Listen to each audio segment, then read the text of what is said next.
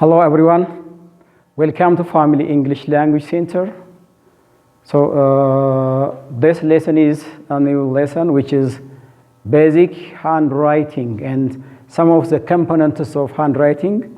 So we will try to see from the simplest one, which is what is word means and the different components of word, and also the different types of word, and then what are phrases, the different types of phrases, and then what are clauses and the different types of clauses, and we'll try to start about what sentence is.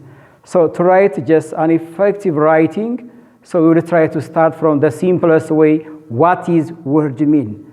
So this is called basic handwriting skill or handwriting. So the first part is word. So what word is here, which is basis fundamental unit of language, fundamental unit of sounds, yes, or combination of sounds, yes, combination of sounds which are meaning, yes, which are meaning. የዛሬው ይዘታችን ቤዚክ የመጻፍ እንዴት ሃንድራይቲንግ የእጅ ጽህፈታችን እንዴት እናሻሽላለን እንዴት እንጀምራለን። ስለዚህ ከቀላል ጀምረን ነው ወደዛ ማያ ወደ ከባድ ወደ ኮምፖዚሽን ራይቲንግ ድርሰት አጻጻፍ ድረስ የምንሄደው። ስለዚህ ከታይ ስንጀምር ወርድ ምንድነው በራሱ ቃላት ምን ማለት ነው፣ የእንግሊዘኛ ቃላት ምን ማለት ናቸው፣ እነሱ ነው የምናየው። ስለዚህ ቃላት ስንል fundamental unit of sound ነው, which is the combination of English sounds. And the combination or the coordination of these English sounds will make one meaningful word. So they are called words, it means, all right? So the word that they combine, the words that they interrelate for the different sounds give meaning. So these are called words, it means, all right? እነዚህ የተለያዩ የእንግሊዘኛ ድምጾች ሲቀናጁ ሲገናኙ አንድ ቃል ይመሰርታሉ። ያ ቃል ትርጉም መኖር አለበት። ትርጉም ከሰጠ ወርድ ብለን እናስቀምጠዋለን ነው። ስለዚህ ምንድነው ያለው? fundamental unit of sound or combination of sounds which has meaning, all right?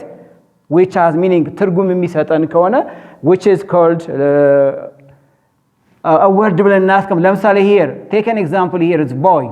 The combining of these three sounds here, b sound, o sound, and e sound, the combining of these different sounds will create one word. This word is meaningful because this word gives represents for someone, a person. For instance, another one here, table here. How many sounds do we get here? 5 sounds here. An a sound, l sound, b sound, a sound, t sound. The combining of these different sounds will give us what? One word. So this word has a meaning. So this is the definition of what word mean, all right? ልክ ነው። እነዚህን ድምጾች እያንዳንዳቸው ስናገናኛቸው ስናሰባስባቸው አንድ ትርጉም አዘል ቃል መሰረቱልን። ይህ ቃል ምን እንለዋለን?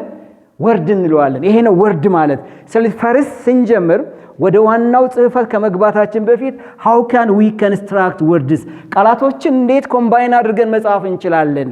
እሱ ላይ መጀመሪያ መስራት ስላለብን ነው። ለምሳሌ just here, book ብል ለምሳሌ here, book, this is a word, yeah? How many sounds do we get here? 5 sounds. K sound, O sound, O sound, and B sound. These sounds make one word. The meaning, the word has a meaning. So this is called word mean. Word, the definition of word. So the combination of sounds, fundamental unit of sounds, which create one meaningful word. That is called word. That is called word ብለን እንጠራዋለን። Fine. 2 types of words here. 2 types of words. ይሄን ካልን በኋላ ሁለት አይነት ቃሎች አሉን። የመጀመሪያው ቃል function word እንለዋለን። yes, function words እንላቸዋለን።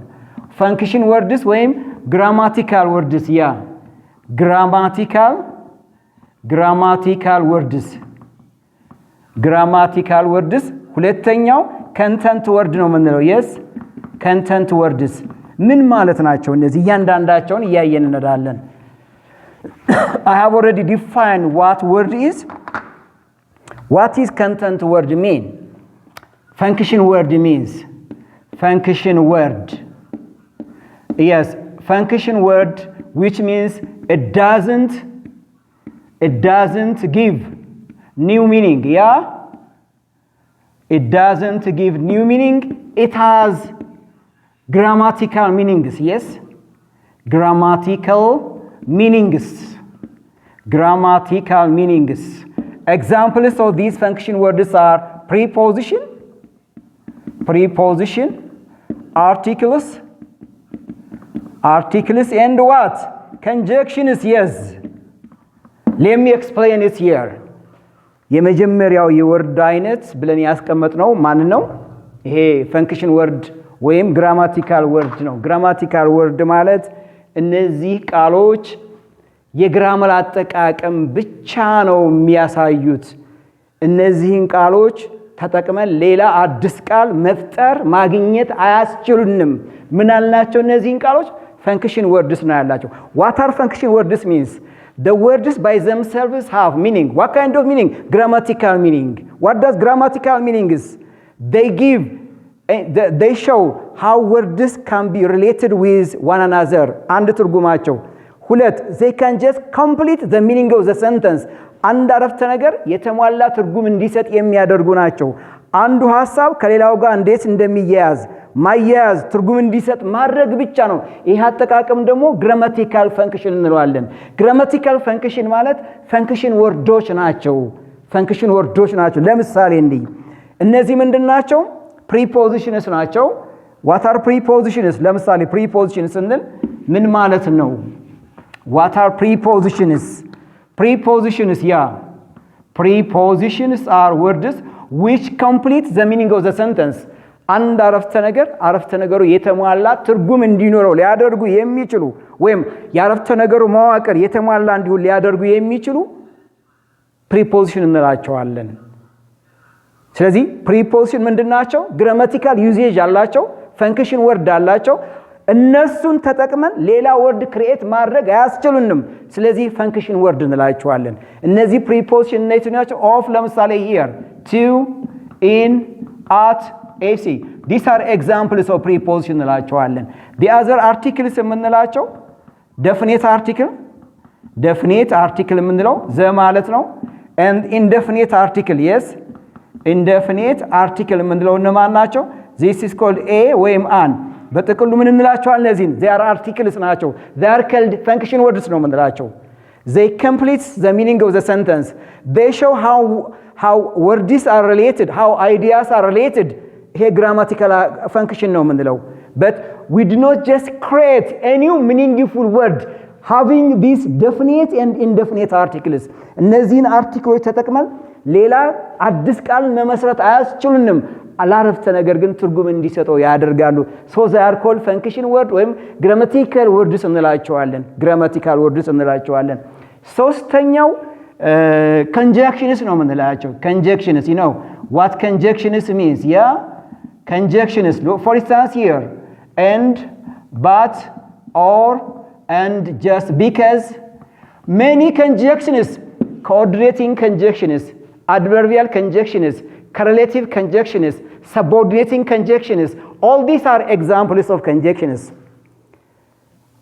All these words or conjunctions and phrases, they are able to join one idea to the other idea, but we cannot create any new words having these conjunctions. yeah, እነዚህ የተለያዩ አያያዝ ቃሎች አንድን ሐሳብ ከሌላ ሐሳብ ማያያዝ ብቻ ነው ስራቸው እንጂ እነሱን ተጠቅመን ሌላ አዲስ ቃል ክሬት ማድረግ አያስችሉንም። ስለዚህ conjunctions ምንድናቸው ማለት ነው? ፈንክሽን ወርድስ ናቸው። ስለዚህ conjunction ስንል እነዚህ ነው፣ preposition ስንል እነዚህ ነው፣ articles እነዚህ ናቸው። እነዚህ ምን ግሩፕ እንመድባቸዋለን? function words እንላቸዋለን። function words. let me give you an example here. ለምሳሌ look here, s on the table. yeah, is on the table. yes, ይሄን አረፍተ ነገር it is the table። ይሄን አረፍተ ነገር እንውሰደውና የዚህችን አገልግሎት ነው የምናየው። ያ is on the table and it is the table. yeah, which sentence do you think has a meaning? the first one. yeah, ምክንያቱም ይሄ preposition sense-ን ምን የሆነው ነገር የሆነ ቦታ ላይ እንዳለ ሊያሳይ የሚችል ነው። ይሄ it is the table ስንል ግን meaningless sentence ነው። it's not a sentence፣ አረፍተ ነገር ሊሆን አይችልም። ስለዚህ on ስንል ሪሌሽንሺፕን ያሳያል እንደገና ደግሞ it indicates where the object is situated object የት ላይ እንዳለ ፖይንት ሊያደርግ የሚችል preposition ነው ስለዚህ ይሄ preposition grammatical usage አለው አረፍተ ነገሩን ኢንተርሌት ማድረግ ይችላል but we cannot just it cannot create any new words ይሄን ተጠቅመን አዲስ ቃላት ክሬት ማድረግ አንችልም ስለዚህ ይሄ ቃል ምን እንለዋለን preposition so grammatical words ወይም function words እንላቸዋለን function words ለምሳሌ here the book ለምሳሌ here the book is mine yeah the book is mine look this article this is a definite article this is its function is about indicating or specifying what kind of material is this the book it specifies the object the subject here ይሄ article subjectun specify ያደረገ ምን እንደሆነ ገለጸ ይሄ definite article function word ነው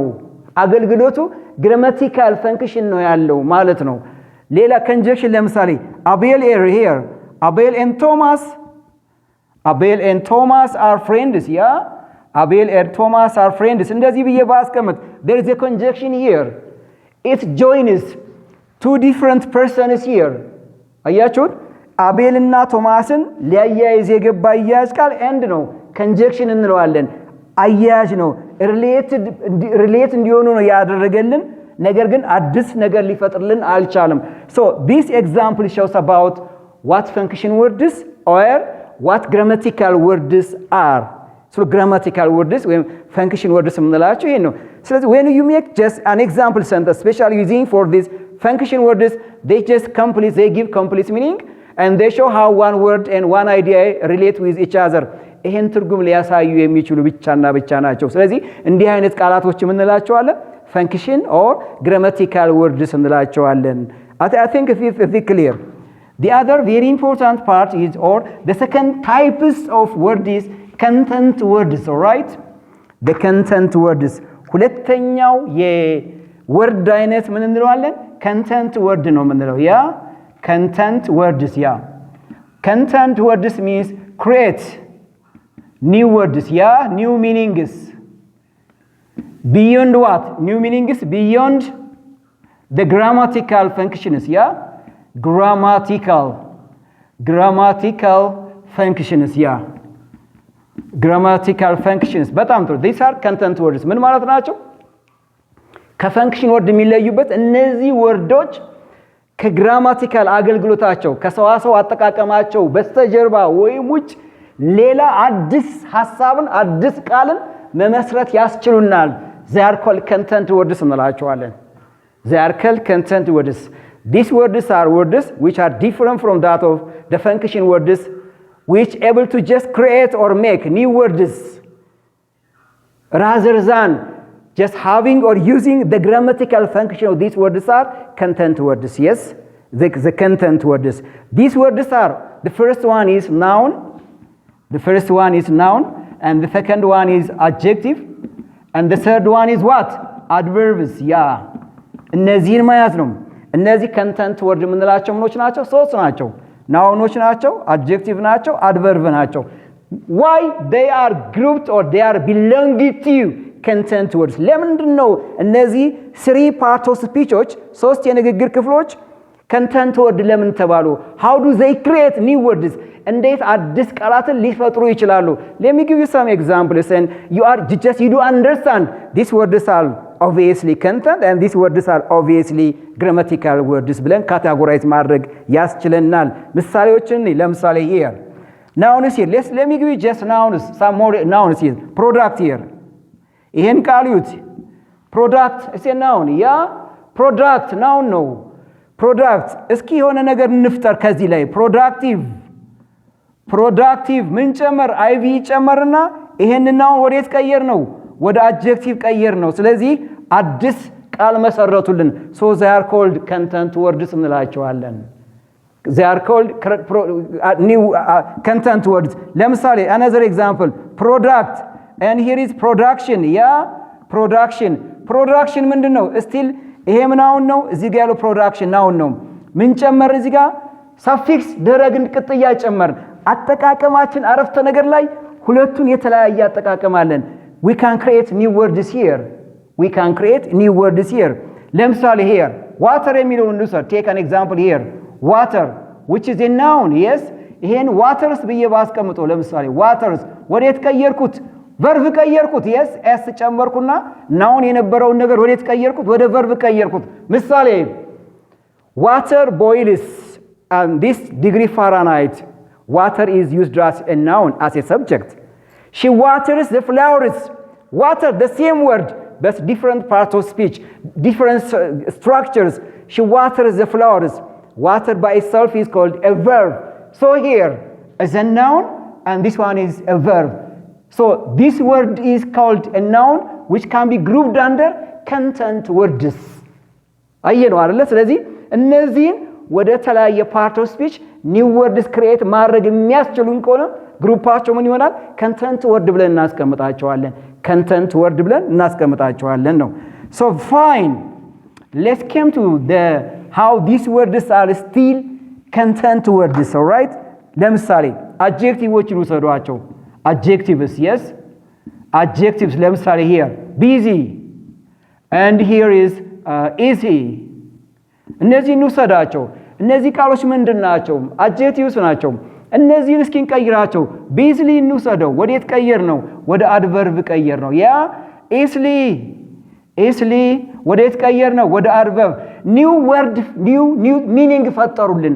adjective የነበረውን ወደ adverb ቀይራቸው new meaning ፈጠነ። so these words are called content words እንላቸዋለን። all right, content words ከግራመራው ሰዋሰዋዊ አጠቃቀማቸው በተጨማሪ ከዛ ባለፈ ሌላ ትርጉም ሊሰጥ የሚችል ቃል መመስረት ያስችሉናል። እነዚህ ቃሎች ደግሞ content words እንላቸዋለን ነው። content words እንላቸዋለን ነው። all right, great. ለምሳሌ just here adverbዎችን ወሰዷቸው። adverbs here, like for instance here happily, yes, and here is interesting. all these words are and peacefully, yeah, peacefully, and here the other friendly, yeah. እነዚህ ውሰዷ። they are examples so far. ምንድናቸው? adverbs ናቸው። so we can create new meaningful words from these adverbs. so they are called content words. they are called content words. በዚህ ነው ሴንሱን የምንረዳው። ራይት ፈንክሽን ወርድ ምንድነው? content word ምንድነው? ይሄን ትርጉም ከወሰን በኋላ ወርዶችን ካታጎራይዝ ማድረግ እንችላለን። አሁን content ወርዶችን and what function words. great, let's come to the next one. the next part is called from simple ነው የተነሳ ነው፣ ከቀላል ነው የተነሳ ነው። ወርድ ምንድነው ትርጉሙ? combining of sounds ነው። ሳውንዶች እነማን ናቸው? እንደገና ስንት አይነት ወርዶች አሉ? function words and content words ብለን ለማየት ሞክረናል። ከወርድ ቀጥለን ወዴት ነው የምንመጣው? phrases ነው የምንመጣው። yes, phrases. what does phrases mean? phrase ምን ማለት ነው? phrase ማለት combining of two or more words. yeah, two or more words. no subject and predicate. yeah, predicate. በጣም ጥሩ። አሁን እያየን ነው ፍሬዝ ላይ ከቃላት ጀምረን ወደ ሐረግ መጣን። ከዛ ወዴት ነው መጨረሻችን የሚሆነው? part 1 part 2 እያልን እንጨርሰዋለን። እስከም basic handwriting skills very much helpful.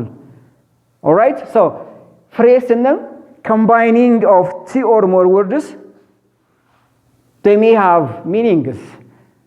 yeah, just they may not give complete meaning. yes, they may not give complete meaning. የተሟላ ትርጉም ሊሰጡን አይችሉም። all right, ትርጉም ሊሰጡን አይችሉም።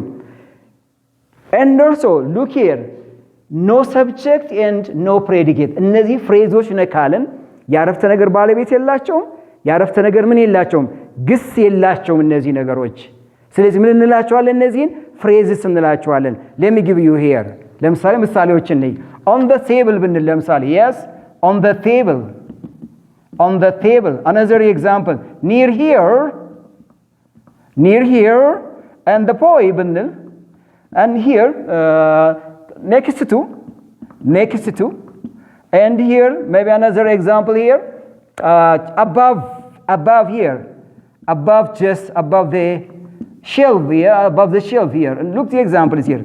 We can just create different phrases, different phrases here እነዚህን ማየት እንችላለን on the table 1 2 3 words so they are called phrase what kind of phrase prepositional phrase እንላቸዋለን near here ስንል አሁንም prepositional phrase ነው no subject no verb ያረፍተ ነገር ባለቤት subject የላቸውም ግስ የላቸውም በራሳቸው complete የተሟሉ አይደሉም የተሟሉ ካልሆነ ደግሞ meaningful አይደሉም ማለት ነው it means all right they do not give complete meanings so here the boy ስንል noun ነው noun phrase no it's a phrase yeah the plus noun here noun phrase the other is the same so these examples are called phrases all right they are called phrases combining of two or more words which doesn't give complete thought which doesn't give complete meaning they do not stand by itself if they do not stand by itself they do not convey complete meaning so they are called phrases hello friends they are called phrases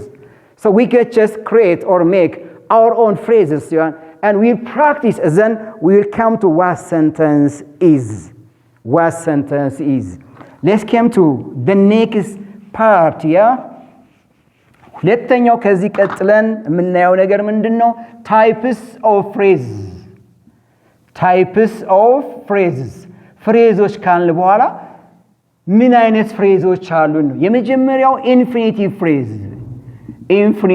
phrases yeah infinitive phrases and the other prepositional phrases the third one is participle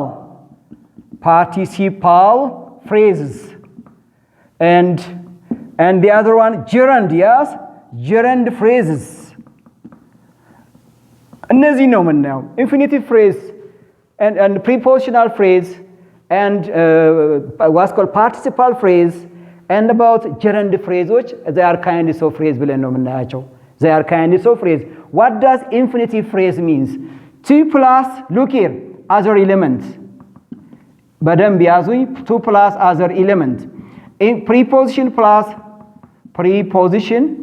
plus other element and participle here participle ለስንት እንከፍለዋለን perfect እንለዋለን perfect participle past እንለዋለን the and participle ራሱ participle yeah participle እንለዋለን ያ እነዚህን እያንዳንዳቸውን ምሳሌ እየሰጠው ሄዳለሁ ያ what does infinitive phrase እንል ምን ማለታችን ነው infinitive phrase እንል ምን ማለታችን ነው it means yeah he went to look here we went to the doctor look here to the plus the doctor this word is called an infinitive beginning from this infinitive to the last of or the end of the sentence is called the prepositional phrase እንለዋለን ይሄን አያችሁት prepositional phrase እንል መነሻችን ምንድነው የሚሆነው infinitive to ነው bar infinitive bear infinitive to ነው መነሻችን የሚያደርገው ስለዚህ ከዚህ ጀምረን እስከ መጨረሻው ድረስ እንል infinitive what is called prepositional phrase ሳይሆን an infinitive phrase an infinitive phrase ነው የምንለው infinitive phrase ምክንያቱም ምን አለን እዚህ ጋር yes ምን አለን እዚህ ጋር እቺ ያለችን and he goes to the conference yeah he goes to the conference ብንል ለምሳሌ ምን አለን 2 plus until the end of the sentence this is also an infinitive phrase yeah an infinitive phrase ብለን እናስቀምጠዋለን ምን አለች እዚህ ጋር infinitive word አለን ከዚህ ጀምረን እስከ መጨረሻው ድረስ ያለውን infinitive phrase ብለን እናስቀምጠዋለን ስለዚህ ይሄ infinitive phrase መነሻችን ሁሉ ጊዜ ምንድነው እቺ ቃል ትሆናለች ማለት ነው ከዚህ ጀምረን እዚህ ጋር how many words how many count አድርጓቸው phrase ነው የሚሰጡ እንደዚህ ብትቆርጡት meaning አይሰጠንም የተሟላ ትርጉም አይሰጠንም ግን ምንድናቸው they are part of sentence ናቸው right ያረፍተ ነገር ክፍል ናቸው እነዚህ so these are examples of phrase an infinitive phrase ብለን እናስቀምጠዋለን the other which is called prepositional phrase ነው የምንለው prepositional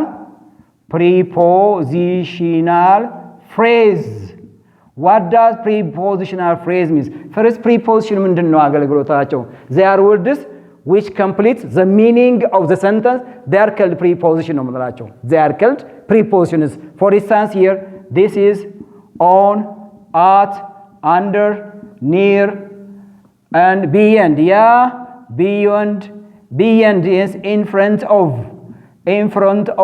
እነዚህን ያቻለው እነዚህን የያዘ አንድ ሐረግ prepositional phrase ነው የምንላቸው እነዚህን የያዘ አንድ ሐረግ prepositional phrase ነው የምንላቸው all right look here she sits her bag on the shelf on the shelf look the sentence here she sits or arranges or situates her bag on the shelf means look the preposition here እዚህ ጋር እና አረፍተ ነገር ስናየው አንድ preposition አለን እዚህ ጋር እናየዋለን ስለዚህ ከሱ ጀምረን እስከ መጨረሻው ድረስ የምናየው ሐረግ prepositional phrase ብለን እናስቀምጠዋለን ነው ይሄ infinitive phrase አይደለም ማለት ነው look here another example it stands here it stands in front of the door ይሄን አረፍተ ነገር ይዩት it stands in front of the door which is a prepositional phrase ideaውን ነው look prepositional phrase ስንል ምን ነገሮች ናቸው please here one is the preposition and the other here is the article and this one is a noun ስለዚህ አንደኛው ህጋችን preposition plus noun phrase prepositional phrase ይሆናሉ አደግማለሁ prepositional phrase ማለት preposition and ተደምሮ noun phrase yes noun phrase prepositional phrase ይሰጡናል እዚህ ጋር in front of preposition ነው the door noun phrase ነው ትክክል ነው ስለዚህ preposition plus noun phrase prepositional phrase create ያደርጉልናል for instance ለምሳሌ just you found me you found me near the cafe ለምሳሌ you found me near the cafe look here near the cafe ይሄ ምንድነው preposition ነው article ነው noun ነው ቶታሊ ምን እንለዋለን noun phrase እንለዋለን ስለዚህ prepositional phrase ለማግኘት preposition ተደምረው noun phraseዎች prepositional phraseን ማግኘት ያስችሉናል ይሄ ህግ ለprepositional phrase ተግባራዊ ነው ማለት ነው ለprepositional phrase ተግባራዊ ነው ማለት ነው so whatever it is you first identify the types of preposition and what is the next phrase after the preposition that are called prepositional phrase ብለን እናስቀምጣቸዋለን ሁለተኛው የፍሬዝ አይነት ይሄ ህግ ነው እሱ ብቻም አይደለም preposition plus nounዎች ብቻ ራሳቸው prepositional phrase የሚሰጡናል preposition plus adjective clauses prepositional phrase መስጠት ይችላሉ ሶስተኛው የፍሬዝ አይነት participle ነው የምንለው participle phrase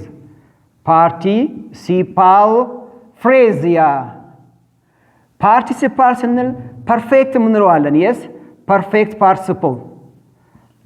participle የምንለዋለን አንደኛው እሱ ነው የምናየው ለምሳሌ here having read the book I returned it to the bookstore ለምሳሌ I returned to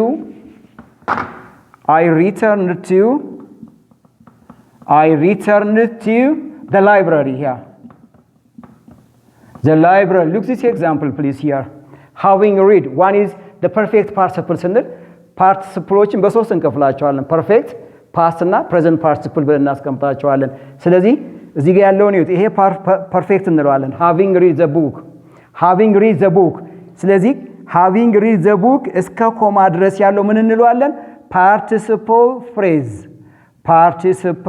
phrase እንለዋለን በደንብ ይውት እዚህ ጋር what kind of participle ብንል perfect participle ነው ለምን እዚህ ጋር የጀመረው በምንድነው በperfect ነው በpresent perfect ነው perfect participle እንለዋለን ይሄን yes perfect participle እንለዋለን ስለዚህ beginning from ከዚህ ከperfect participle እስከ ኮማ ድረስ ያለውን ብንወስድ phrase ነው ትርጉም የለውም በራሱ ከሜን ክሎዙ ጋር ተጠግቶ ነው የሚሄደው ስለዚህ phrase እንለዋለን phraseውን ተናገሩ ስንል participle phrase ብለን እናገራለን ማለት ነው yes ምን አይነት participle perfect participle ብለን እናገራለን right perfect participle ብለን እናገራለን ማለት ነው so ይሄ ነው የመጀመሪያው second one is past participle እንለዋለን yes past participle ሁለተኛው የፍሬዝ አይነት participle phrase ነው የምናየው አሁን participle phraseዎችን በስንት እየከፈልናቸው ነው በሶስት እየከፈልናቸው ነው past participle ማለት ደግሞ ከዚህ ይለያል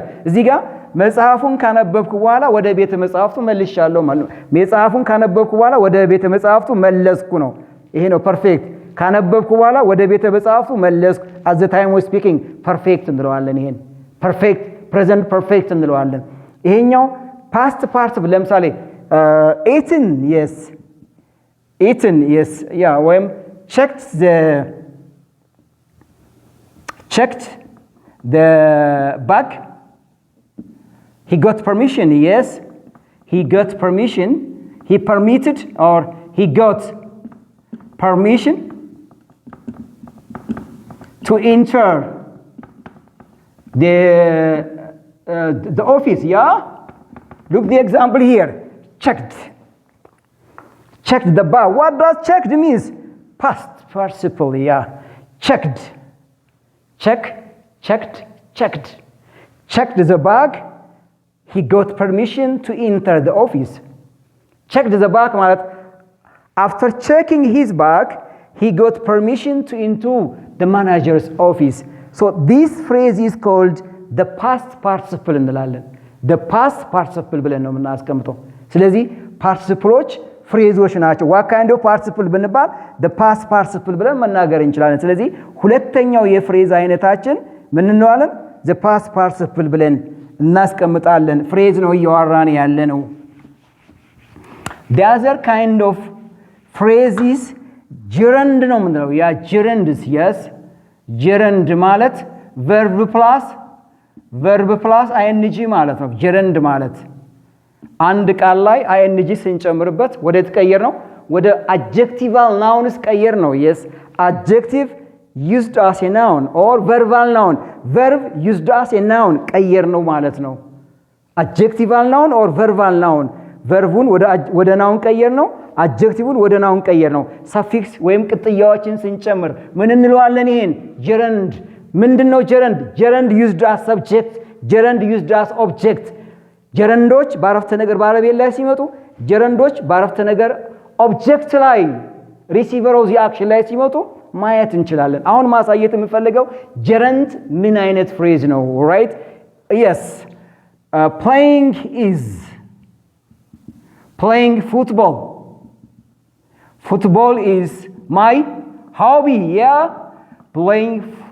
playing football is look here playing ከየት መጣ playing የሚለው play ከሚለው መጣ yes አያችሁ ታላ play የሚለው verb ነው ing ስንጨምርበት ወዴት ቀየር ነው ወደ noun ቀየር ነው verbal noun ነው ምን ነው yes verbal noun ማለት a noun which is derived from verb ማለት ነው noun ሆኗል አሁን የመጣው ግን ከምንድነው ከግስ ነው የመጣው ምን ጨምረን ing ጨምረን አመጣንበት ስለዚህ playing football is my hobby ስንል what is the phrase here እኔ ማሳየት የምፈልገው ፍሬዙ የትኛው ነው playing football is a noun gerund phrase እንለዋለን ይሄን gerund phrase እቺኛዋን አይጨምርም እቺ እስከዚህ ድረስ ምን እንላታለን gerund phrase playing football gerund phrase ብለን እናስቀምጣታለን ለምሳሌ exercising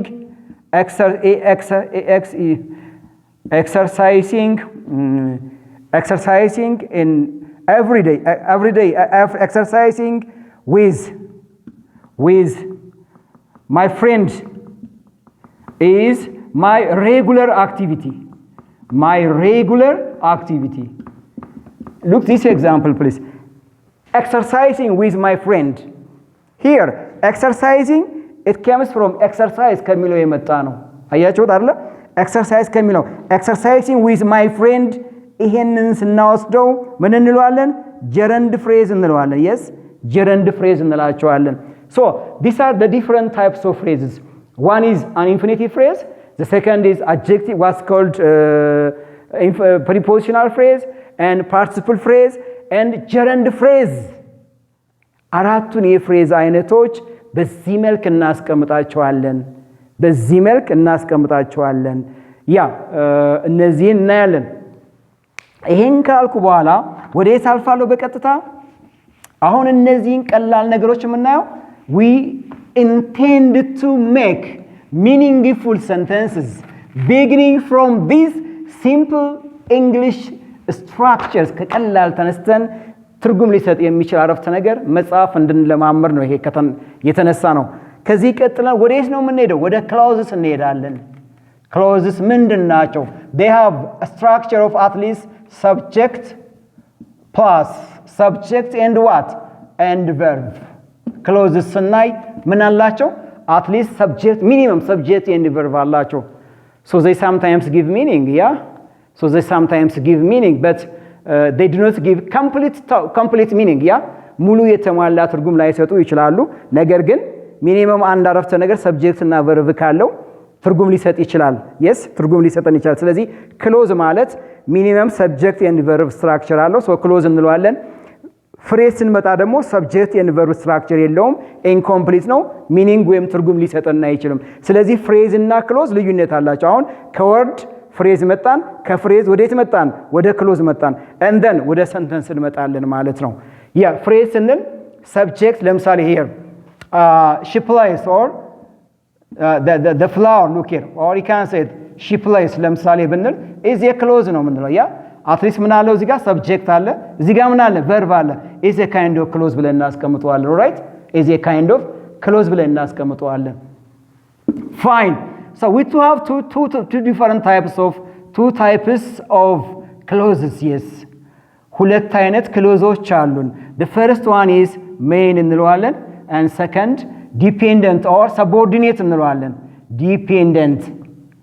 dependent ምን ማለት ነው ማለት we do have two types of clauses yes the first one is main clause which is an independent yeah independent and this one is subordinate ምን ማለት ናቸው main clause which is called an independent clause or we can say also principal clause it stands by itself it has a complete meaning or it has a meaning so this kind of clause is the main clause yeah በራሱ የቻለ በራሱን የቆመ በራሱ ትርጉም ሊሰጥ የሚችል አረፍተ ነገር main clause ወይም independent clause ወይም principal clause ብለን እናስቀምጠዋለን the principal clause let me give you some examples here ምሳሌዎችን እንስጥ እስኪ ለምሳሌ here just Amit just my friend ይሄን አረፍተ ነገር ነው ያ I read English fiction yes English fiction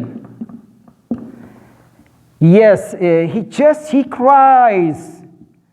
cried all night he was crying all night yeah he cried all night እነዚህ ምሳሌዎች ሰጧቸው I meet my friend meaningful I read English fiction meaningful he was crying all night meaningful this kind of clause is called main independence it doesn't depend on with the others they stand by themselves they convey meaning so they are called independent or main clause እንላቸዋለን doesn't depend on the other clauses these examples are then how these kinds of clauses are important in writing skill እንዲህ መጻፋችን writing skill ለምን ይጠቅመናል I'll come መጣበታለሁ ያገልግሎቱ ለምን እንደሆነ ሁለተኛው የክሎዝ አይነት ዲፔንደንት ነው ዲፔንደንት ማለት ሰቦርዲኔት ነው ምን ማለት ነው ሰቦርዲኔት ማለት it doesn't stand by itself if it doesn't stand by itself it doesn't convey complete meaning በራሱ ካልቆመ በራሱ ትርጉም ሊሰጥ አይችልም it needs depending or go to depend with the main clause ወዴት ይሄዳል ወደ main clause ምን ለመሆን እሱ ጋር ተጠግቶ ትርጉም ለመስጠት so this kind of clause is dependent or subordinate እንለዋለን ያ dependent or subordinate ለምሳሌ let me give you an example here what subordinate clause is look here when I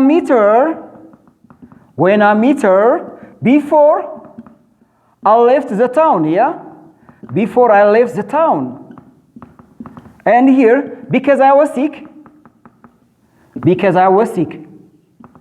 look this sentence is friends when I meet here do you think this sentence has a meaning yeah no it doesn't give a meaning yes no it doesn't give a meaning when I meet him then what happens next ለክሷን እንዳገኘዋት ከዛስ ምን ተፈጠረ የሚቋጨው ነገር የለም so it doesn't convey a meaning yeah ፍንጭ የሚሰጠን እንዳው ምንድነው መሰላችሁ እዚህ ጋር ያለው አያያዥ ቃል መኖር ነው ይሄ ጥገኛ አድርጎታል ይሄን አረፍተ ነገር ለምሳሌ before I left the town then what ምን መስራት አለብኝ ከተማውን ከመልቀቄ በፊት ስለዚህ incomplete ነው dependent እንለዋለን because I was sick then done ምክንያቱ ምን ተፈጠረ በመታዩ ምክንያት ምን ተፈጠረ የተፈጠረው ነገር እዚህ ጋር የተገለጸ ነገር incomplete ነው these example sentences are called ምን እንላቸዋለን dependent or subordinate clause እንላቸዋለን yes dependent or subordinate clauses እንላቸዋለን so what is their contribution in writing paragraph እነዚህ ጥቅማቸው ማለት if you identify what main clause if you identify what subordinate clause you are able to write a paragraph you are able to just write meaningful sentence by your own you express your feeling using this dependent and independent clause and you are able to identify which idea go together with which idea የትኛው ሐሳብ ከየትኛው ጋር ሊሄድ እንደሚችል identify ማድረግ እችላለሁ which conjunction is really appropriate to join these two different ideas so after just unless I have the knowledge of this I cannot write any very interesting sentence, a very just element, a very silly sentence. So this is the foundation of the very critical writer, right? The very critical writer. ስለዚህ ጥሩ የሆነ በቃ ጥሩ ሊያሰላስል የሚችል ጸሐፊ ለመሆን መነሻችን እነዚህ simple context ናቸው የሚሆኑት። ስለዚህ you will begin to write from meaningful words and then what are the different types of words and then what are phrases and how phrase is different from that of clauses and what are the two different types of clauses you'll try to just practice giving your own examples this is today's lesson but you try to write comments this lesson is very important for college students university students and advanced learners I will continue part 2 part 3 part 4 part 5 until the end of writing composition writing. Thank you very much.